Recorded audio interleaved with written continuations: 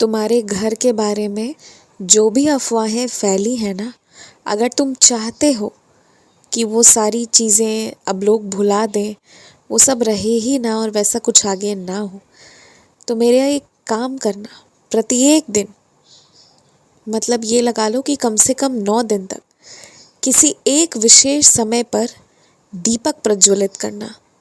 और वो दीपक रोज़ उस एक समय पर प्रज्वलित करना, उसी एक विशेष कारण से कि तुम्हारे घर के बारे में बुरी बातें बाहर ना बोली जाए, या और कोई भी इच्छा हो तो। ध्यान रखना, अगर 9 बजे का समय है तो वो 9 बजे ही होना चाहिए, आगे पीछे कुछ भी नहीं। इस तरह तुम 9 दिन, 11 दिन, जितने भी दिन तुमसे हो पाए तुम ऐसा करो, संकल्प लेकर मगर करना। और इस पर पूर्ण विश्वास रखना कि तुम जैसे दीपक जला रहे हो, तुम्हारे घर में भी रोशनी आ रही है।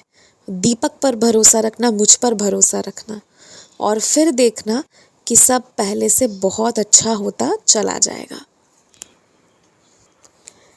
तुम जिन ठेले के आसपास जाकर, रोड पर, सड़क किनारे कभी कुछ खाते हो ना, थोड़ा सा तुम गौर से ध्यान देकर देखना, तुम्हें ये पता चलेगा ना कि एक तो वो बेहद गंदगी के आसपास कई बार रहता है, और कभी कभी तुम्हें ये भी देखने को पता चलेगा कि वहाँ पर जीव जंतु जानवर उस ठेले पर, कभी वहाँ आसपास के बर्तनों पर भी मंडराते हैं, बैठते हैं, उठते हैं।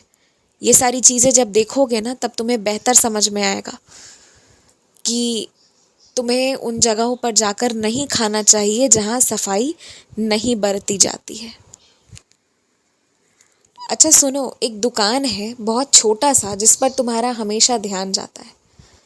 वहाँ तुम हमेशा ग्राहक को देखते हो, है ना? इसलिए सोचते हो कि बाबा क्या ये सच है, सच में इतने ग्राहक रहते हैं? तो नहीं, वो सच नहीं है।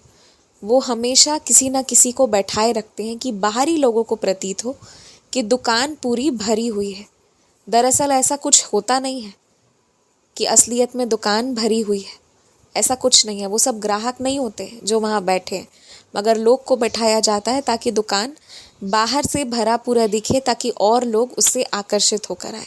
ये उनके व्यापार का एक तरीका है। मैं ये नहीं कह रहा कि वो गलत है या सही है, मैं बस उनके तरीके के बारे में तुम्हें बता रहा हूँ, क्योंकि तुमने पूछा था। तुम चाहो तो वहाँ जा सकते हो, उस दुकान में भी जा सकते हो, कोई बुराई नहीं है।